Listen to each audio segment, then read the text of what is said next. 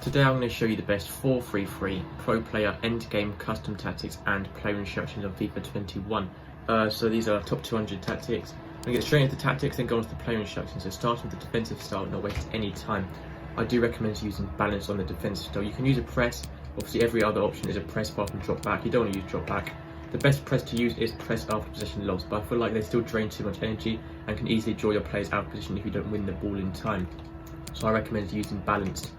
Sort of saves more energy and it's easier to change with your offensive style. If you use a press, you can't really change your offensive style without drawing all your players out of position, and it's better to change your offensive style than your defensive style. For the width, keep it nice and balanced. To stick with about 5 is fine. For the depth, you want to use at least 7 to get that automatic offside trap.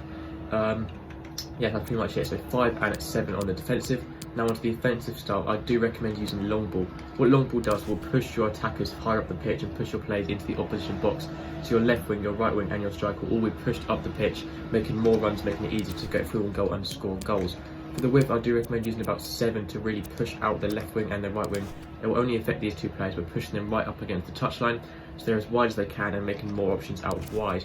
Players in box use 6 to help once again push more players forward into the opposition box, overloading the box. But if you go too high, you'll be very vulnerable to counter attack. So maybe go about 6 maximum, don't go into the 7 range.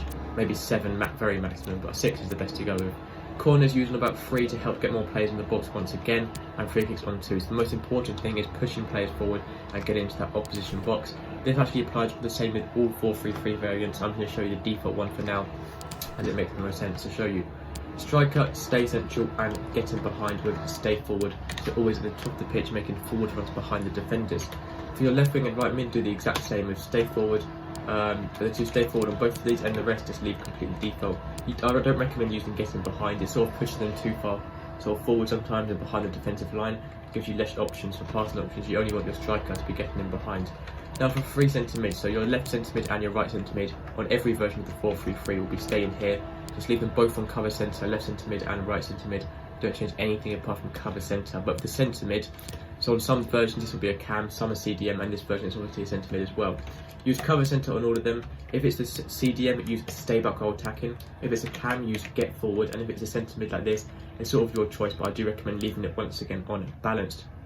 If it's a CDM as well on that version, make sure you have cut passing lanes on as well. That is it for the midfielders. Centre backs, leave both default.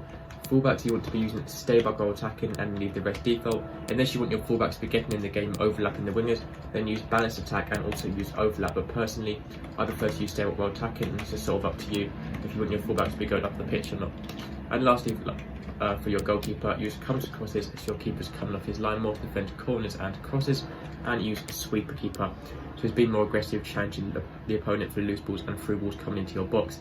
And that is everything for today's video, guys. So thank you for watching. That's the 4-3-3 top 200 custom tactics and player instruction end game in August. So thank you for watching. Make sure to subscribe, and I'll see you next time. Goodbye.